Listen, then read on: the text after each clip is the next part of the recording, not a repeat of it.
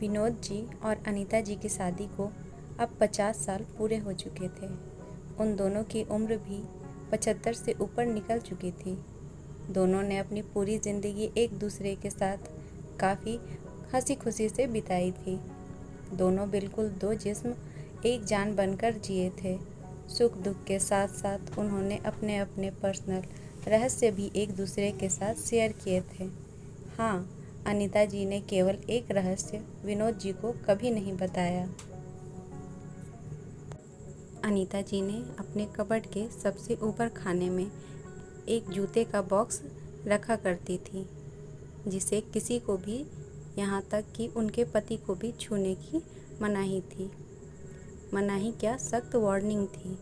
अनीता जी ने पति से कह रखा था कि समय आने पर वो उस बॉक्स का राज उन्हें ज़रूर बताएंगी।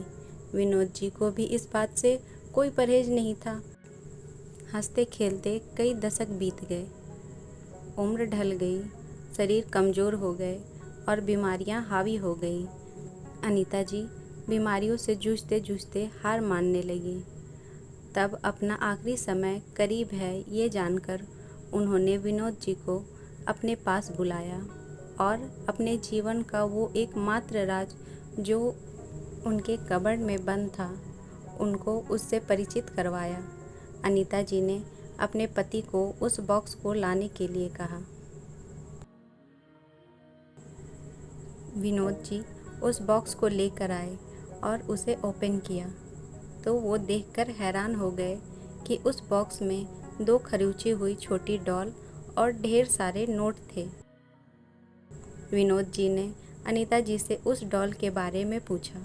अनीता जी ने कहा, जब मेरी शादी होने वाली थी तब मेरी दादी ने मुझे समझाया था कि अगर अपनी शादी को लंबे समय तक चलाना चाहती हो तो एक दूसरे से जितना हो सके आर्ग्यूमेंट और शिकायत कम हो उसका ध्यान रखना, और उन्होंने उसके लिए मुझे ये डॉल का तरीका भी बताया था।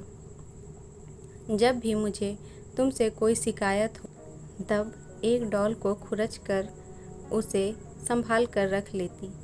अनीता जी की बात सुनकर विनोद जी की आंखें भीग गई, क्योंकि पिछले 50 सालों में अनीता जी को उनसे सिर्फ 2 बार शिकायतें हुई थी। ये विचार ही उनके लिए काफ़ी सुखद था।